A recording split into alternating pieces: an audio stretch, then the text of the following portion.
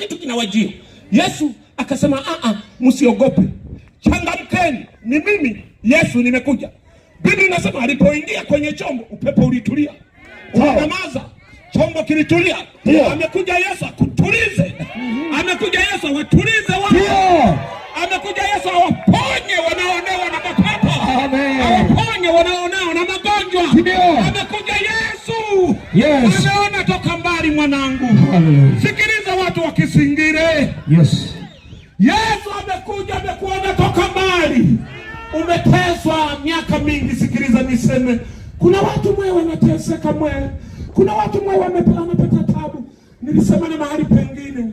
Unajua watu siku zote kulingana na dunia tunayoishi kwamba ni hatari, watu wanatamani sana kuweka ulinzi.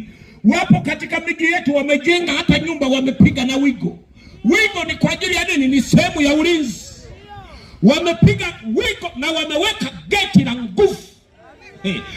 Na wameweka geti hapo mlangoni, na tena mle ndani wameweka milango, mageti. Wameweka nini? Wanataka ulinzi. Na wengine wanaenda mbali zaidi, anaweka geti na mle ndani mwanangu anaweka maumbwa, ili hata kama kutakuwa na mpumbavu moja ambaye pengine ni mtukutu akaruka ndani mule, ameruka geti, basi akutane na ulinzi mwingine wa umbwa.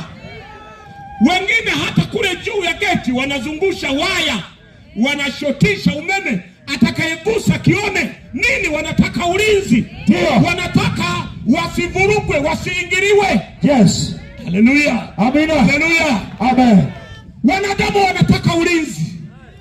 Lakini nilikuwa nasema mahali pengine, ndio unaweza ukajenga geti lako zuri, ndio unaweza ukaweka na mbwa, sawa, ndio unaweza ukaweka na makomeo yako mengi.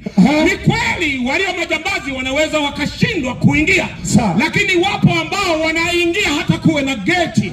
Wachawi wanaingia, wachawi wanaingia tu, wanaweza wakakulalia tu kama kawaida, wanaweza wakakuroga kama kawaida.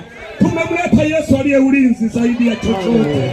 Tumemleta Yesu aliye ulinzi zaidi ya chochote. Watu wakisingile, sikiliza. Sisi walokole hatulogeki mwe, hatulogeki mwe. Sasa wengine wanafikiria uongo, wanafikiri sasa mimi si ni mgeni jamani. Si ni mgeni jamani. Amina. Kwani unafikiri huku wachawi hawako? Lazima wako. Na ndio maana Yesu amesema tuje, maana ameiona tabu yao. Ameona jinsi wanavyotabika, wanavyohangaishwa na mapepo na majini na